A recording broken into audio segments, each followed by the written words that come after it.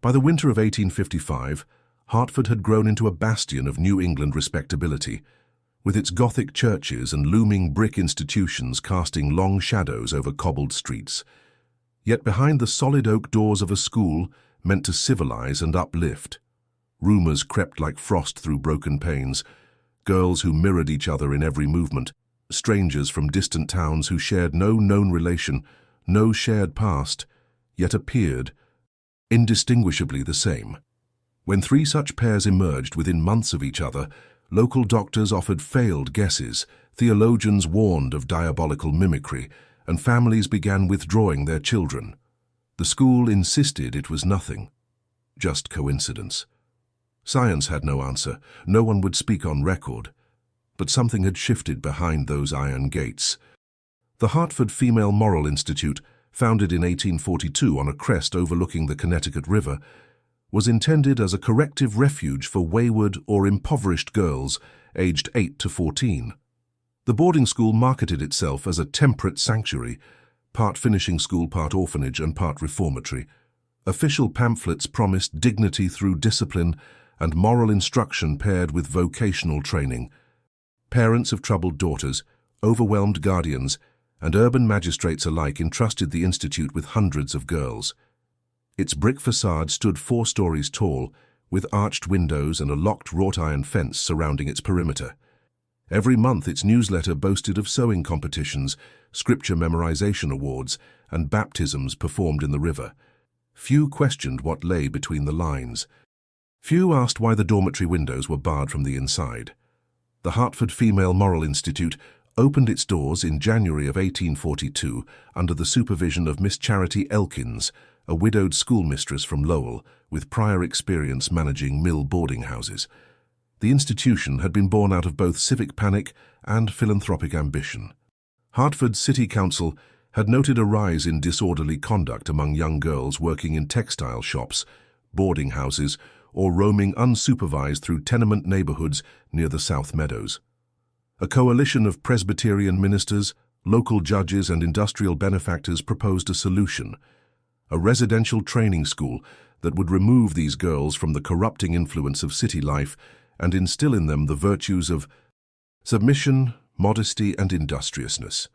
The school was funded in part by the New Haven Missionary Society and in part by private donations from families eager to align themselves with moral reform movements. Miss Elkins was appointed matron, given sweeping authority over curriculum, discipline, and staffing. She brought with her a strict belief in biblical correction and an intolerance for sentimentality. "The child left to herself bringeth shame," read a painted verse above the main staircase. Within months, 42 girls were enrolled, many transferred from almshouses, debtors' courts, or indenture contracts. Girls admitted to the institute were subjected to immediate haircutting, uniform distribution, and physical evaluation. They were not permitted to speak without permission during the first month. They awoke at 4:30 in the morning for prayers, followed by 5 hours of rote memorization, scripture recitation, and moral lectures. Afternoons were spent in laundry, sewing, and needlework. Evenings included supervised silence and religious instruction. Letters from family were read aloud and censored by staff. Private reflection or unsupervised conversation was discouraged. Public opinion during the first few years was largely positive. Newspapers praised the Institute's transformation of wild street girls into sober domestic servants. The Hartford Evangelical Herald published flattering portraits of former inmates who had gone on to become housemaids in respectable homes. Elkins herself was photographed, holding the hands of 2 young girls, both pale, both downcast, both posed to suggest gratitude. Yet not all accounts were so reassuring. In the private diary of Reverend Jonathan Hawley, chaplain to the Institute from 1844 to 1846, a different tone emerged. "There is something strained in the girls' faces," he wrote. "Their silence is too complete. They sit as if posed by some invisible string, and their eyes do not move when the bell rings. They are already waiting." The diary entry was never published. Hawley resigned after 2 years, citing moral exhaustion. One early scandal, mostly buried in city records, involved the case of Cora Winship, a girl of 11 sent from a probate judge in New London for truancy. She lasted 3 months at the institute before being withdrawn without explanation. Her guardian later attempted to sue the school, claiming Cora returned home with fractured fingers and a quiet that felt unnatural. The case never went to trial. A private settlement was recorded. The institution continued to grow. By 1850, enrollment had doubled. 2 additional wings were constructed, including an infirmary staffed by a nurse trained at the Middletown Asylum. Another notable figure, Dr. Simeon Baldwin, joined the Board of Governors. A physician by training and a phrenologist by hobby, Baldwin became fascinated by what he described as the unique cerebral harmonies of the Institute's pupils. He claimed that their behavioral compliance suggested a commonality in cranial development. They appear to form a singular collective type, he wrote in a medical pamphlet, a convergence not by biology, but by behavioral induction. This theory gained modest traction among his peers, particularly those interested in early theories of environmental determinism. Yet outside observers began to whisper of oddities, girls who seemed too similar, names that appeared more than once, photographs of sewing groups where 2 or 3 faces seemed nearly indistinguishable. Visitors dismissed these as tricks of poor exposure or shared uniforms. But staff began to avoid answering questions. Several teachers resigned in the winter of 1852, leaving only minimal explanations. One, in a letter to her sister, wrote, "I can no longer abide the watchful eyes of girls who never blink at the same time." In January of 1853, a small inquiry was launched after the accidental delivery of 2 medical reports, each detailing the annual evaluation of 2 different girls named Annabel Church, both age 12, both from different towns, both with identical blood types and dental records. The school responded by claiming a clerical error. "Simple confusion in record keeping," wrote Elkins. "Our staff is small and the task is large." Dr. Baldwin insisted on further examination. Over 3 weeks, he conducted private interviews with both Annabels and recorded measurements of their height, weight, reflexes, and brain response to light stimuli. The results confounded him. He wrote privately to a colleague in Boston, "I do not believe they are twins, but I do not believe they are separate either. They are too synchronized. Their gestures predate instruction." I began speaking to one and the other answered without hesitation. The letter was later found unsent among Baldwin's papers after his death. The Institute made no official comment. One of the Annabel girls was quietly transferred to a convent school in Rhode Island. The other remained until her graduation in 1856. By then, Miss Elkins had grown increasingly protective of her domain. She removed outside visitors from the schedule. Chapel attendance was discontinued. She forbade the taking of new photographs. She claimed the outside world did not understand the delicate work of the Institute and described her charges as harmonized daughters of moral order. Parents complained of withheld correspondence.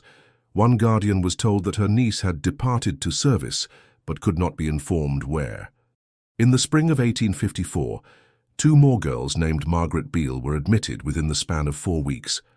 Their physical resemblance was again noted. Neither had prior knowledge of the other. One came from Hartford County, the other from New Brunswick. They were placed in the same dormitory. No explanation was given. By mid-1854, a quiet paranoia had begun to settle over the faculty of the Hartford Female Moral Institute. Though Miss Elkins continued to maintain an air of composed authority in public, those closest to her noted changes in her demeanor. She refused to speak during meals. She no longer made rounds past the first bell. She spent long hours behind her locked study door, from which the rhythmic ticking of her German metronome could often be heard late into the night. When asked about the appearance of yet another pair of visually indistinguishable students, 2 Emilys, both aged 10, one from Albany and one from Portland, she answered only with a phrase that several staff later recalled in their own writings: "They are the consequence of righteousness." The identical girls, as they came to be whispered about, were never acknowledged in official records.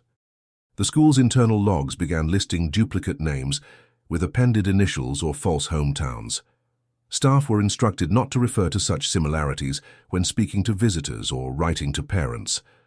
On more than one occasion, student letters were confiscated if they included references to my twin, or the girl who looks just like me. Younger girls were told they were mistaken.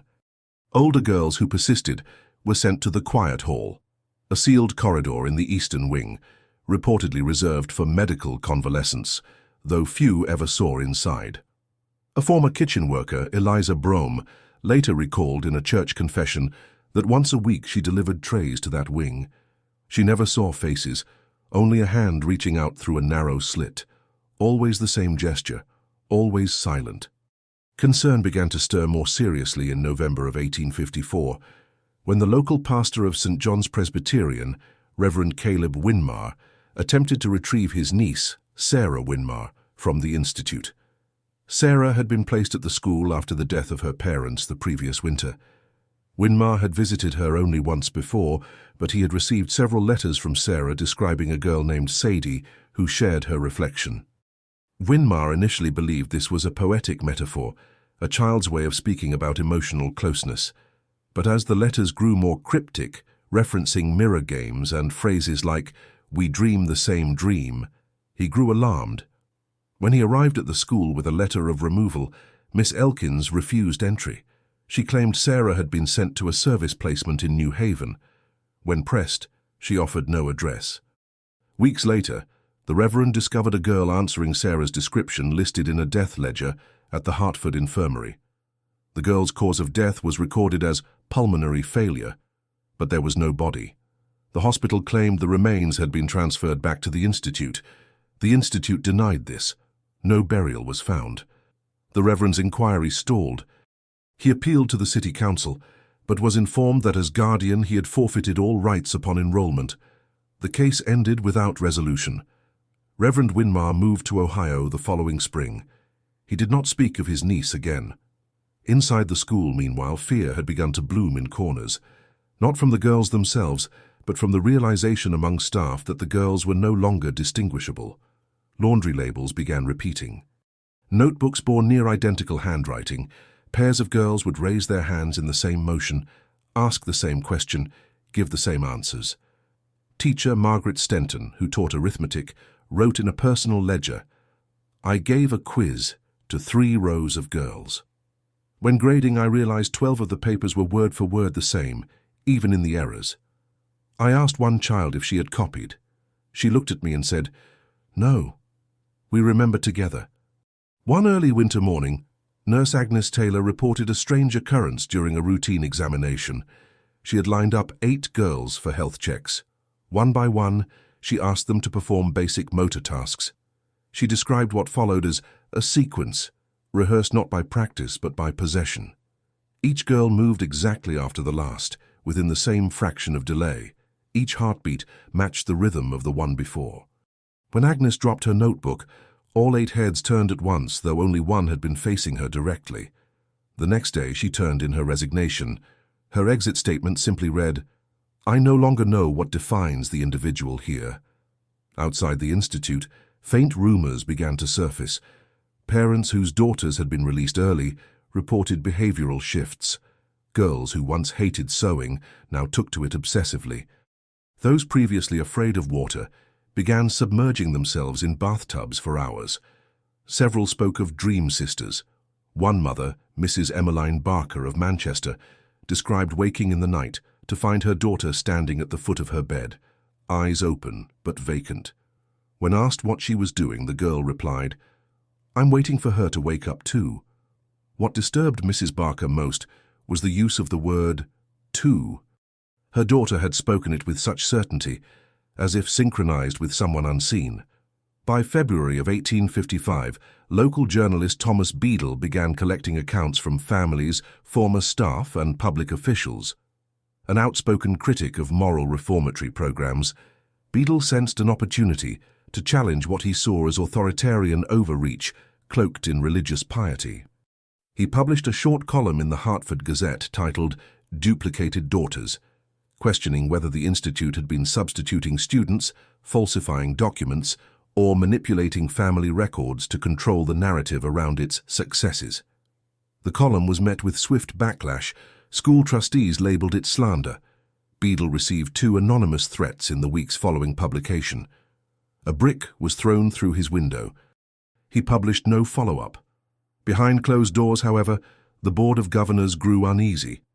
Their own internal records showed anomalies. Census forms returned with repetitive entries.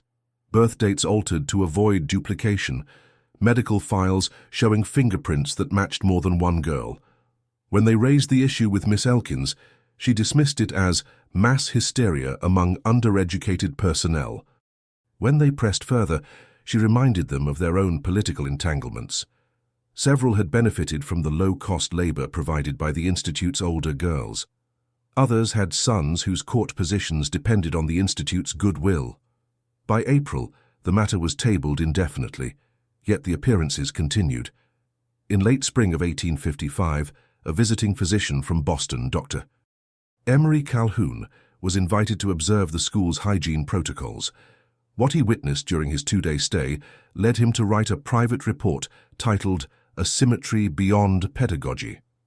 In it, he described a dormitory row in which 14 girls sat facing him, their knees aligned, their expressions unblinking.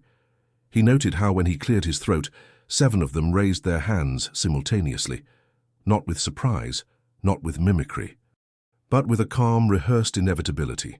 He later wrote, "There is no evidence of coercion, but neither is there any expression of freedom. They do not look at each other to mirror. They do not look at the teachers. They seem to look through some unseen third thing." Dr. Calhoun's report was never published. He died 2 months later from a cardiac arrest while on a steamboat to Providence. His notes were discovered in a valise by his widow, who destroyed them for the sake of decency. Within the Institute, Miss Elkins declared a period of internal silence. No visitors were admitted. Correspondence was halted. The school newsletter ceased publication. Instead, the girls were assigned new activities focused on repetition, synchronized walking drills, mirror reading, group recitations performed with metronomes. No further enrollment was accepted. Staff were discouraged from speaking during meals. Even chapel services were replaced with what Elkins called quiet meditations on likeness. At least 3 more pairs of identical girls were recorded in personal staff journals before the end of summer. All bore different names. All arrived from unrelated towns. None had knowledge of each other prior to entry. When questioned, Miss Elkins repeated only one phrase: "The world cannot abide harmony. It insists on error." In the autumn of 1855, the Hartford Female Moral Institute stood in a state of deliberate suspension. From the outside, it remained a symmetrical red brick edifice crowned by a triangular pediment and ivy-covered walls. Its windows gleamed with precision. Its bell rang with mathematical punctuality. But to those within its iron gates, a deeper silence had taken root, a silence less about discipline and more about avoidance. By October, even the most loyal instructors began to question what was happening inside the school's carefully curated routines. Not aloud, of course, only in glances, only in hesitations. Among those who first attempted to formally articulate concern was Dr. Julian Mercer, a junior physician stationed at the nearby Hartford Retreat for the Insane. Mercer, young and newly certified, had been invited to conduct a guest lecture on adolescent behavioral discipline. What began as a mundane observational visit turned into something far more disturbing. In his private notes, Mercer recorded, "The girls do not behave as individuals. Their affect is unified. Their mannerisms seem cued from some unseen conductor. One group passed me in a corridor, and I swear to God they tilted their heads in exact unison. Not like soldiers, like mirrors." He reported these findings to his supervisor, Dr. Abraham Rennick, who dismissed them as the dramatics of an inexperienced practitioner. Rennick's exact reply, according to correspondence later unearthed by Mercer's widow, was, "The Institute is not an asylum. Do not project our patients onto their pupils. They are obedient. Be thankful someone has achieved that much." Yet Mercer persisted. He requested additional visits, citing medical interest. Each time, his inquiries were denied. Within weeks, the Institute's administration issued a formal ban on unannounced medical visits, invoking a clause from their original charter allowing for the restriction of external interference in moral instruction. One former assistant teacher, Mrs. Lydia Frost, who had quietly departed her position in September, later recalled the atmosphere with unease. There was no talk of wrong, she told a church tribunal in 1861. Only a sense that what was happening wasn't meant for the eyes of outsiders, and that those inside knew it. What Frost described in greater detail was a pattern of duplications that extended beyond the girls themselves. She claimed the Institute had begun replicating lesson plans, discipline charts, even daily prayers. On Mondays, always the same verses. On Tuesdays, always the same penmanship lines. The girls knew them before we taught them. They mouthed the words before we gave the instruction. It was as if time inside the walls moved in loops. Frost also described an incident involving a student named Clara Higgins. Clara had come to the Institute from Middletown after her parents were institutionalized. She was known for her quiet disposition and attentive posture. One day, Frost found her seated in the reading room, eyes closed, hands folded. Nearby, another girl, identical in face and posture, was seated beside her, reading aloud. When Frost approached and asked for their names, both answered Clara in the same voice. Frost reported the confusion to the head matron, only to be told there was no second Clara on the roster. "You must have seen a reflection," the matron said. Frost knew there were no mirrors in that room. In a desperate attempt to verify her account, she wrote to the county census office requesting documentation for all enrolled students. Her request was denied. She was told the institute operated under a private charter, not subject to such audits. A similar unease was felt by Isaiah McLaren, a local printer who had long been contracted to produce hymnals and instructional booklets for the school. In November of that year, he was asked to reprint a set of visual alignment exercises, which he described as strange symmetrical diagrams with no clear purpose. The order included over 500 copies of a single page, each featuring two identical silhouettes facing each other across a central vertical axis. At the bottom, in fine script, was the phrase, "Perfect likeness yields perfect order." McLaren delivered the prints but made a duplicate for himself, which he later donated to the Historical Society after the Institute's closure. Despite these fragments, no single act triggered investigation. No child went missing in broad daylight. No staff member confessed to a definitive wrongdoing. It was the slow, pervasive creep of sameness that began to concern the outside world. And even then, most concerns were whispered, softened, or dismissed entirely. Many who noticed these duplications chalked it up to institutional rigor. They believed the girls had simply been conditioned into obedience through routine and fear. A few even praised it. One editorial in the Hartford Evangelical Post declared, "While the world grows unruly with democracy and disobedience, our daughters are learning stillness. May their example shame the rabble." There were, however, others who knew better. Reverend Moses Winmar, after his earlier failed attempts to retrieve his niece, returned to Hartford quietly in the winter of 1855. He came not to confront the school again, but to investigate from the periphery. Posing as a visiting scholar, he began interviewing parents whose daughters had attended and been released. What he compiled, though incomplete, revealed disturbing consistencies. Girls from separate towns who described the same dreams, identical gestures described in different letters, multiple accounts of a phrase overheard in different homes. "We were never two." One former student, Mary Ephraim of Avon, told him during a tense interview, "You think we were taught the same lessons. You think that's why we acted the same. But we weren't learning. We were aligning. The school made us into the same person, not all at once, piece by piece." When he asked what she meant, she refused to elaborate. Another girl, Agnes Dowd, gave an account of a game played at the school called Match and Mirror. During recreation hour, girls were instructed to find a partner and mirror every motion in silence for 10 minutes straight. Those who failed were sent to isolation. Dowd claimed the game had rules that were never written but universally understood. "You don't move first," she said. "You wait. And when you feel her start, you begin at the same time. If you start before her, it breaks." When asked what happened when it broke, she fell silent and would only say, They took us to the East Wing. Reverend Winmar's findings were never formally published. In early 1856, he left Hartford again and died under undisclosed circumstances in Indiana 2 years later. His notes remained in family possession and were only partially transcribed decades later. Still, there were others watching. A young teacher named Nathaniel Brooks, recently hired to assist with arithmetic drills, began secretly journaling his observations. He noted how, during silent reading hours, girls would glance at the same page numbers simultaneously. How coughs came in mirrored pairs, how laughter, when it came, sounded like a harmony sung in one voice. One entry from December 19th read, "Today the Margaret pair crossed the yard without speaking. Both turned to look at me from different corners of the quad. Their faces moved in synchronization. One blinked, then the other. Then neither moved for what felt like minutes. I returned to my post, but I felt observed long after I left." Brooks would later flee the post without collecting his pay. No reason was given. His journal ended mid-sentence. Yet the Institute persisted. Its leadership ignored every whisper. Its supporters blamed the concerns on religious hysteria or outsider envy. And the girls never spoke out. Not publicly, not together.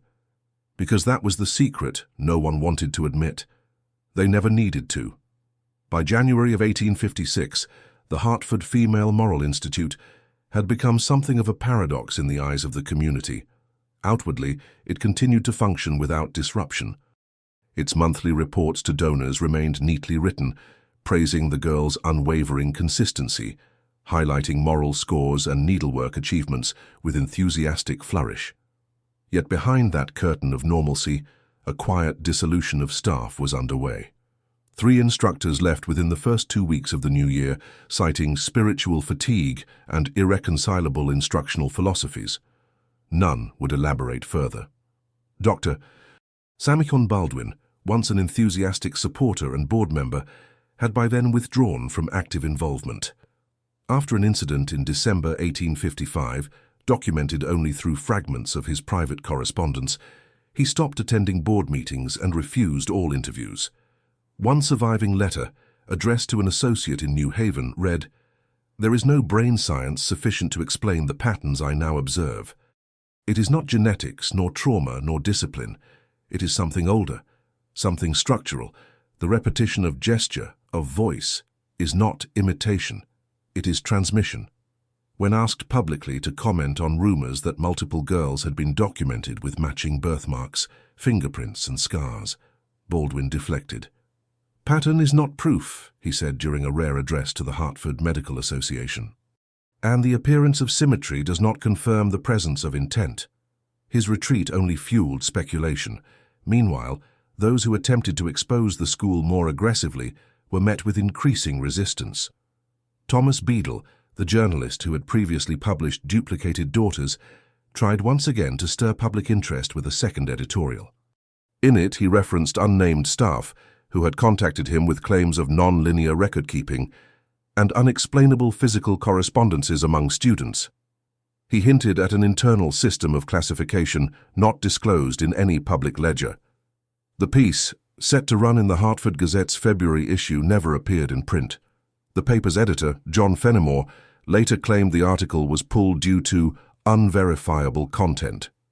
When questioned about the decision, Fenimore responded, "We will not print witch trials." It was around this time that the Institute quietly began transferring students to other facilities. Over a span of 5 weeks, 22 girls were relocated to various convents, orphan homes, and domestic service placements across Massachusetts and Rhode Island. No public explanation was given. Families received sparse telegrams indicating new assignments. When one parent, Mr. Rufus Lathrop of Danbury, attempted to visit the location where his daughter had supposedly been sent, he found no record of her arrival. His daughter, June Lathrop, had been one of the Institute's earliest double entries. Another girl by the same name had arrived 3 months after her. The two were placed in separate dormitories, but according to one staffer, they shared the same peculiar vocal pitch and rarely appeared in photographs together. When Mr. Lathrop pressed the school for clarification, Miss Elkins told him that June has fulfilled her course and been placed in a home more suited to her refinement. She did not specify which June she meant. As more parents began requesting visits, the Institute announced that the school would be entering a restricted instructional season during which outside contact would be limited. Official reasons included respiratory contagion prevention and psychological equilibrium maintenance. But many suspected the true purpose was concealment. One particularly jarring account emerged from nurse Agnes Taylor, who had remained silent since her resignation, but chose to speak with Reverend Elliot Stanhope in private. Stanhope, a family minister from Fairfield, documented their conversation in a letter addressed to a colleague in Vermont. In it, he recounted Taylor's vivid memories of working in the school's East Wing, the so-called Quiet Hall. The girls there, she said, were not being punished. They were being studied. Taylor described rows of desks, each occupied by a girl in uniform, facing mirrored panels. Instructors sat behind smoked glass, recording gestures and intervals of silence. One wall featured a series of black markings she referred to as echo diagrams, lines indicating the time delay between mirrored movements. Taylor claimed the goal was not discipline but convergence. They weren't correcting behavior, she said. They were erasing the differences. She also described a chamber labeled Room 19, which she entered only once. Inside, she found a large clock with 4 hands, moving at different speeds, and a circle of chairs occupied by identical girls, none of whom spoke. She left the room and never returned. Weeks later, she submitted her resignation.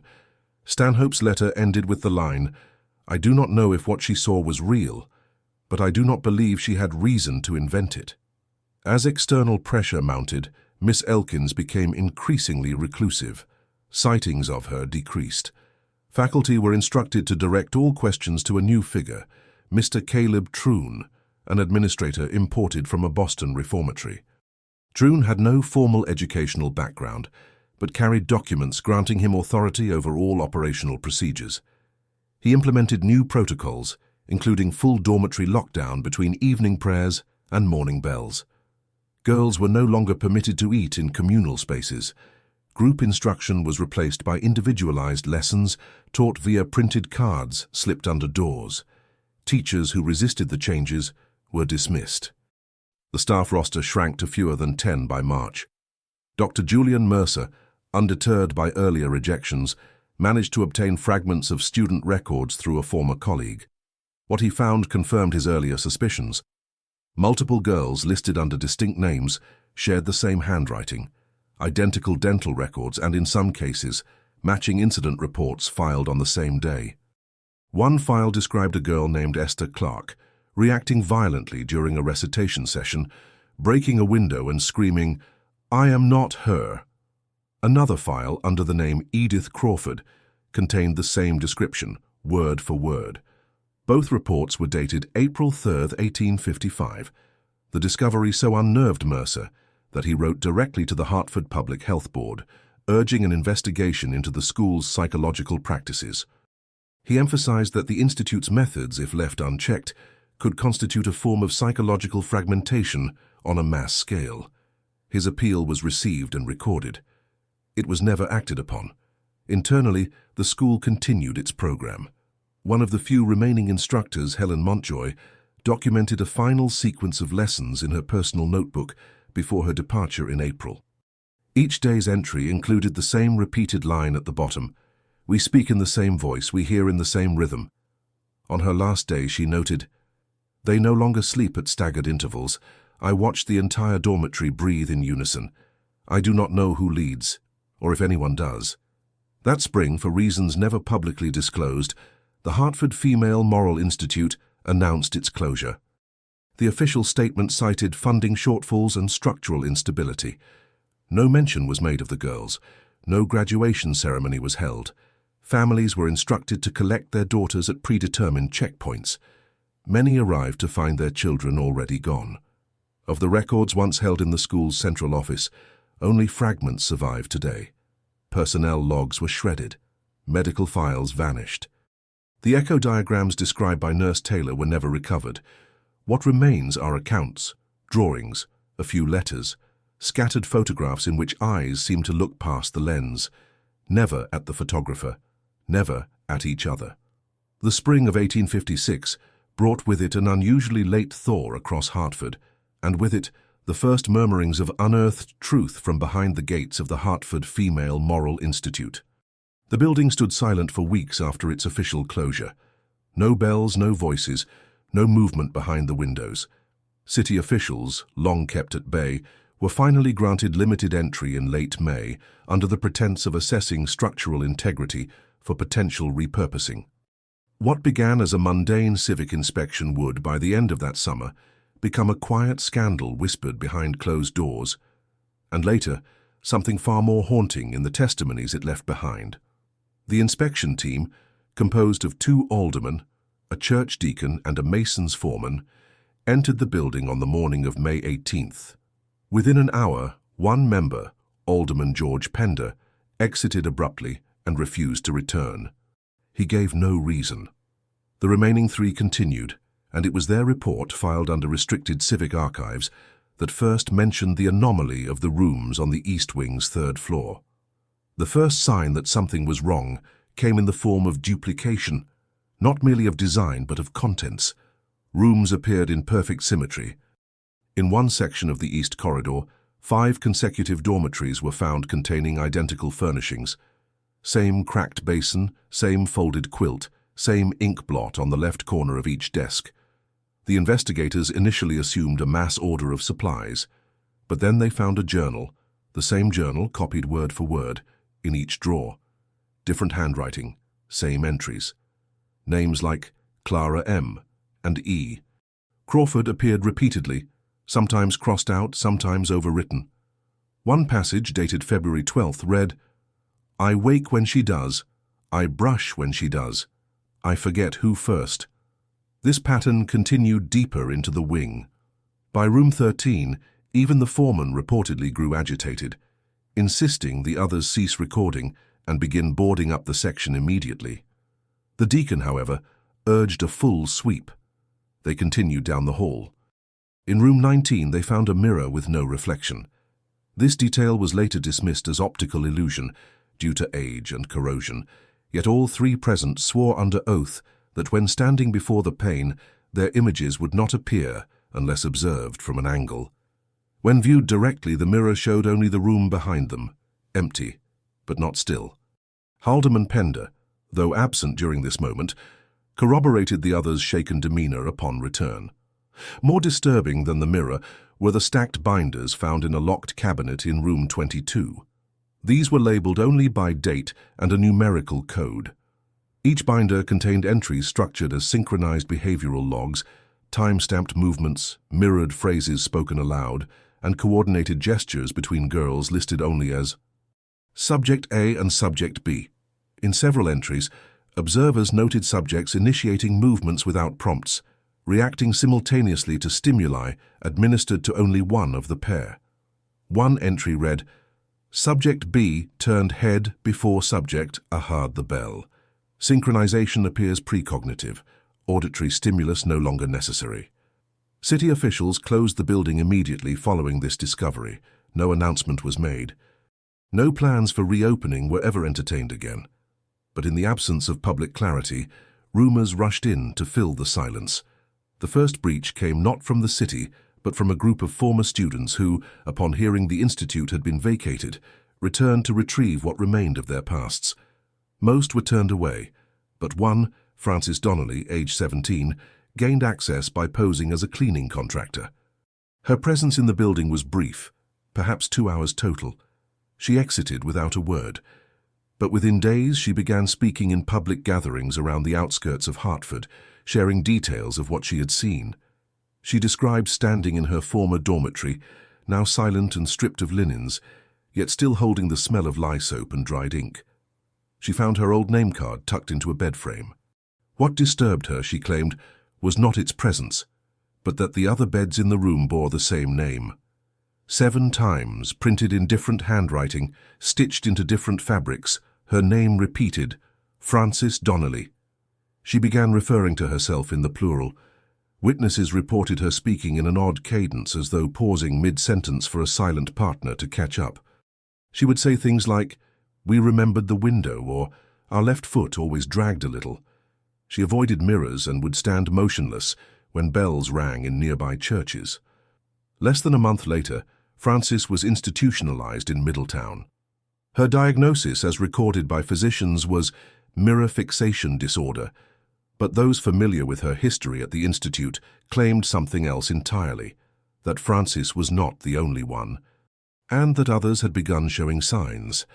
Agnes Dowd, the former student who had once spoken of the match and mirror games, returned to the building's exterior in early June, leaving behind a stack of handwritten pages under a brick by the back door. Those pages, later acquired by Reverend Stanhope's remaining correspondence, contained a meticulous list of names, over 60, paired in twos. Some had lines drawn between them. Others were encircled. The paper bore a final phrase repeated, "One becomes two, two becomes one, not halves, not twins, not selves." Dr. Julian Mercer, though denied access to the building, managed to recover discarded filing boxes left near the rear alley after a failed sanitation sweep. Inside were attendance rolls, duplicate rosters, and old registration cards with scratched-out birthplaces and rewritten names. One box contained 8 medical diagrams, all drawn by hand, depicting sets of lungs, skulls, and hearts. Every diagram bore dual annotations: 2 hearts per body, 2 minds per chart. Though shaken, Mercer pushed to publish his findings in a medical journal. The editor refused. The explanation: "The mind imitates what it fears. Your claims invite hysteria." By July, word of the Institute's bizarre records reached a small circle of investigators in New Haven, many affiliated with Yale's emerging psychological sciences department. One young scholar, Thaddeus Clark, expressed interest in assembling a study team. But within weeks of announcing his intention, Clark withdrew from the project, citing discrepancies in the timeline. In a letter later leaked by a student assistant, Clark had written, "The dates do not align. Certain girls were enrolled before they were born. Others appear twice in one season. The building kept its own calendar."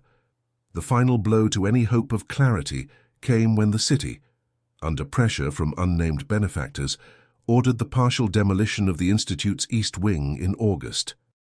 Workers were instructed to destroy Room 19, among others. However, when the crew arrived, they refused to enter the wing. One foreman claimed his men had found their own names etched into the floorboards of the upper hall, each name appearing twice. By September, the building was declared condemned.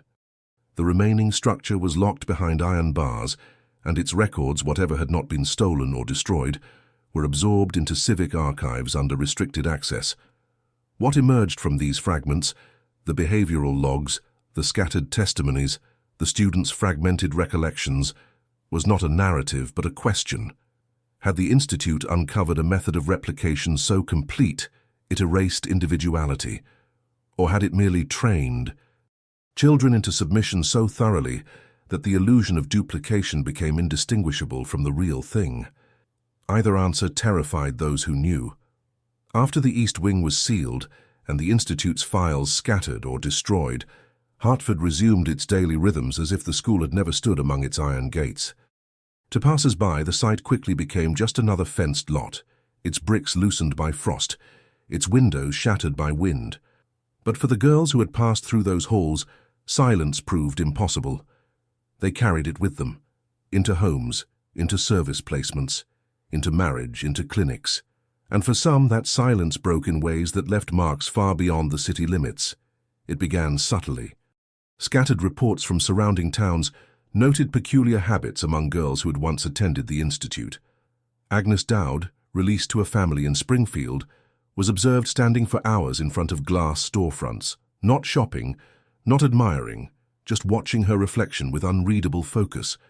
Another, Lucy Carrow of Bristol, took to drawing faces in pairs, always identical, always without pupils. She refused to sign her name unless allowed to write it twice. Lucy's foster mother, Esther Barrow, described an evening when the girl stood at the window long after the house had gone to sleep. Esther asked her what she was looking for. Lucy answered, "The one who turns when I do." These were dismissed as eccentricities, trauma, perhaps, symptoms of grief or institutional overdiscipline. But by the winter of 1856, reports began to emerge of former students reuniting, not intentionally but by uncanny coincidence, and exhibiting synchronized behaviors. One such case was recorded in a clinic in New Haven, where two girls, Annabel Church and Emily Reynolds, arrived for separate physical examinations on the same day. Both had since been adopted, lived in different counties, and had not seen each other since the institute's closure. According to the attending physician, when placed in the same waiting room, the girls turned toward each other and immediately began weeping in unison. Their cries mirrored in rhythm and pitch. When asked what was wrong, Annabel said only, "We stopped sleeping at the same time." The physician, disturbed, noted that each girl exhibited the same heart rate fluctuation, blood pressure readings, and vocal pattern under stress. Neither remembered details of their instruction at the institute. Both claimed to have lost significant memories of their final year there. Reverend Stanhope, still attempting to piece together a record of what had occurred, began interviewing families who had taken in former students. He noted in one letter dated February 1857, "They do not describe trauma. They describe duplication, as if their time at the institute flattened the self into a shared template. They speak in pairs. They recount dreams with plural pronouns. And when alone, they seem incomplete." Some girls, in their later teens, began speaking openly about what they called the days of repetition. One, Margaret Beale, who had been one of the two Margarets placed in the same dormitory, wrote a short pamphlet at age 19 titled Echoes of Learning. It was a confused and fragmented document, self-published and distributed at a local market in Hartford. Within its pages were sketches of hallways, circles with arrows pointing inward, and verses written backward. She described lessons that folded inward, and games where you weren't done until you could do it without her. The pamphlet was confiscated by her family and destroyed. Only one copy survives, held anonymously in a private archive. But Margaret was not the only one who remembered. An informal reunion occurred in March of that year, organized by Eliza Brome, the former kitchen worker who had delivered meals to the quiet hall. She invited 4 former students to her home in Plainville, intending only to offer comfort. Instead, what followed was 6 hours of near silence. The girls sat in a room, unmoving, unblinking, and when Eliza returned to offer tea, they turned to her simultaneously and said, "We remember now." Brome later described the experience as standing in a room with one body wearing 4 skins. Fears of lingering psychological damage led to a short-lived movement among Connecticut medical professionals to examine surviving students. Dr. Julian Mercer advocated for a study, urging the Hartford Medical Board to consider the potential neurological effects of prolonged exposure to synchronized conditioning. His proposal was declined. One board member reportedly remarked, "We do not probe what has chosen to forget itself." Still, Mercer pressed forward. He managed to conduct a series of private interviews, many recorded in shorthand notebooks, now partially transcribed. His findings were never published in formal journals, but one entry, dated June 1857, reads, "They do not recall individual lessons, only the feeling of completing something simultaneously. They do not fear the institute. They miss it. They say, 'It made us whole.' And yet, not one can explain who was duplicated or who duplicated whom. Perhaps the most disturbing testimonial came from a girl named Nellie Tress, who had been removed from the institute just 6 weeks before its closure. During a medical examination, she was asked to list her siblings. She gave 3 names. When asked to clarify, she said, "Not real ones, just the ones I matched with. We shared. I took her cough. She took my dream." In her personal effects, her foster mother found dozens of handwritten notes, all identical in wording and phrasing, addressed to no one. "I waited for her to move first. I never did, so now I don't move at all." By the summer of 1857, many of these former students had dispersed across the state. Their behaviors, while peculiar, failed to cohere into a narrative the public could grasp. Without the institution standing, without a clear villain or singular event to fixate on, the public eye moved on. But the private echoes continued. One physician, Dr. Elijah Roper, traveled to Rhode Island after hearing of 2 girls admitted to separate convent schools, both originally from the Institute, who had begun writing in identical script, despite never having met. His observations, documented in a letter to Dr. Mercer, concluded with, "If a mind can be bent not to obedience but to mirroring, to full behavioral synchronization, then we must ask, how many of these girls still move according to cues that no longer exist?" No follow-up study was ever conducted. By 1860, many former students had adopted entirely new identities. Names changed, towns left behind. A few married, a few disappeared. The Institute's footprint faded. Its site, though long since demolished, remained fenced and undeveloped. Superstitious rumors discouraged redevelopment. Children were told not to play near the lot. Some swore the air there made them feel 2 steps behind. No one dared dig. The real legacy of the Hartford Female Moral Institute was not the building nor even the files destroyed or hidden. It was in the slow, scattered realization that something had been done there which language struggled to define. Not abuse in the conventional sense, not physical torment, but a kind of reformatting. A girl entered, a girl exited, sometimes the same, sometimes not. By 1861, 5 years after the closure of the Hartford Female Moral Institute, the last official mention of the school appeared in a faded ledger of municipal properties slated for demolition. Listed only as former instructional facility, East Bluff, the entry noted no historical designation, no educational affiliation, no explanation for its vacancy. The lot was marked non-viable for development. No one bid for the land. No one applied for permits. The city quietly fenced it and then forgot it. But forgetting, as it turned out, was an act of deliberate architecture. In the immediate aftermath of the school's collapse, several key figures involved in its oversight, trustees, benefactors, and affiliated clergymen, began reorienting their public roles. Dr. Simeon Baldwin, once an enthusiastic board member, ceased all commentary on child reform institutions and pivoted toward more abstract research in phrenology.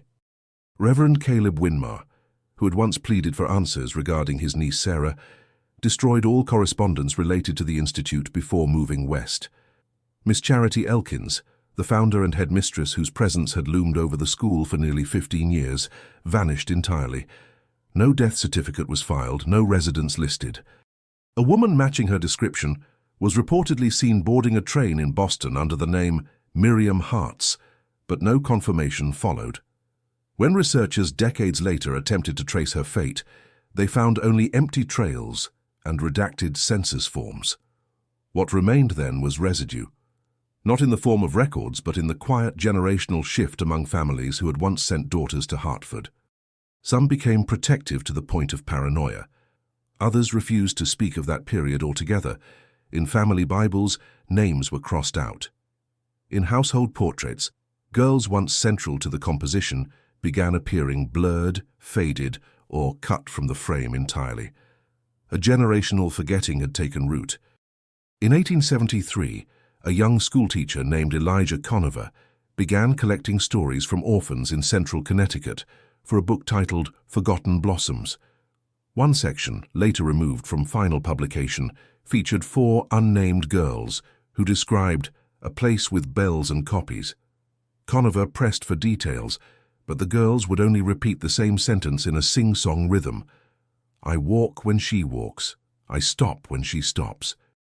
When asked who she was, they fell silent. Conover, disturbed, removed the section before print. Years later, during a brief resurgence of public interest in reform school history following the 1882 exposure of abuse at the Brattleboro Girls' Refuge in Vermont, a journalist from New Haven attempted to revisit the Hartford case. The article, planned as a comparative analysis of institutional failures, never went to press. Internal memos from the newspaper indicated legal threats from surviving Institute board members, now rebranded as patrons of more progressive education charities. In place of exposure came strategic absorption. Buildings that once echoed with mirrored routines were rebranded. Similar institutions adopted new names, new pedagogies. Synchronization became discipline. Mirrored learning became structured pedagogy. No one mentioned the girls who still lived as if waiting for a cue, and they did live. In pockets across the Northeast, some institute survivors found each other, not by design, by something subtler, a rhythm in movement, a familiarity in silence. In one documented case from 1890, two women in their 40s, previously unknown to each other, arrived at the same women's sanitarium in western Massachusetts. Both listed Hartford as a childhood residence. Both shared the name Alice, though with different surnames. Staff at the facility reported they would speak in alternating phrases. One began a thought, the other finished. Their gestures remained tightly mirrored. When asked if they were sisters, they replied in unison, "We were once the same girl." In another case, a housemaid in Providence was dismissed after being caught standing outside her employer's daughter's bedroom for several nights in a row, unmoving. When asked why, she replied, "She walks like I did. I wanted to see if she'd stop first." By the turn of the century, the last known cluster of institute girls were accounted for in an informal census taken by a genealogist working on female inheritance patterns. He noted, without understanding its implication, that several unrelated women listed identical birth dates and places. When confronted, they simply shrugged. One reportedly said, "Some things are easier if you don't claim them." No one remembered the hymnals. No one recalled the layout of room 19. But a few things did persist. Handwriting, synchronized walking, dreams retold in duplicate by sisters who were not related. One nurse at a retirement home in Bridgeport noted two elderly women who never spoke unless in each other's presence. When one died, the other fell into a sleep so deep it resembled coma. She awoke 3 days later, stood at the foot of her bed and said, "I waited." In 1911, a children's book titled The Mirror Lesson briefly gained popularity. It told of two girls at a school who could only speak when the other blinked. Critics praised it as whimsical. They did not trace its anonymous author to Frances Donnelly, one of the last remaining girls who had walked the halls of the Institute. Frances lived under a pseudonym for years in a small town near the coast. She never married. She never spoke of the school. When she died, her house was cleared by a local charity, and inside a locked drawer was found a single object, a cracked mirror marked with the names of 20 girls, each etched twice. The list included hers. But the world did not revisit Hartford. Not truly. The land where the school had once stood remained untouched, grass choking through brick. Even as the city expanded, zoning maps marked the lot as archival uncertainty. No one petitioned for construction. Surveyors claimed the soil was too unstable. Some workers reported dizziness when standing near the old eastern wall. But the silence was not empty, not for those who knew where to look. In a university archive, mislabeled boxes still contain correspondence between institute founders and state reform committees. In one, a note in Elkins's handwriting reads, "Do not fear symmetry. It is not proof of falsehood. It is proof of arrival." In family homes, journals remain hidden in trunks, lines repeated, names mirrored, a phrase scribbled over and over again. "We are not twins. We are not two. We are what they made." The final cinders of the Institute's work are not confined to memory or record. They are alive in the structure of behavior, in the shadow choreography of girls walking home from school, in the way two strangers brush their hair in perfect rhythm, in the long silent pauses between questions when no answer is needed. They are not supernatural. They are not miracles. They are not fictions. They are the legacy of repetition, the result of a system designed to align, erase, and replace. If this story impacted you, if you stayed until the end, it's because you feel these hidden truths also need to be exposed. So leave in the comments the city you're watching from. This way we can see how far these stories are reaching. And subscribe to the channel. There are many other cases the world tried to forget, but we insist on remembering.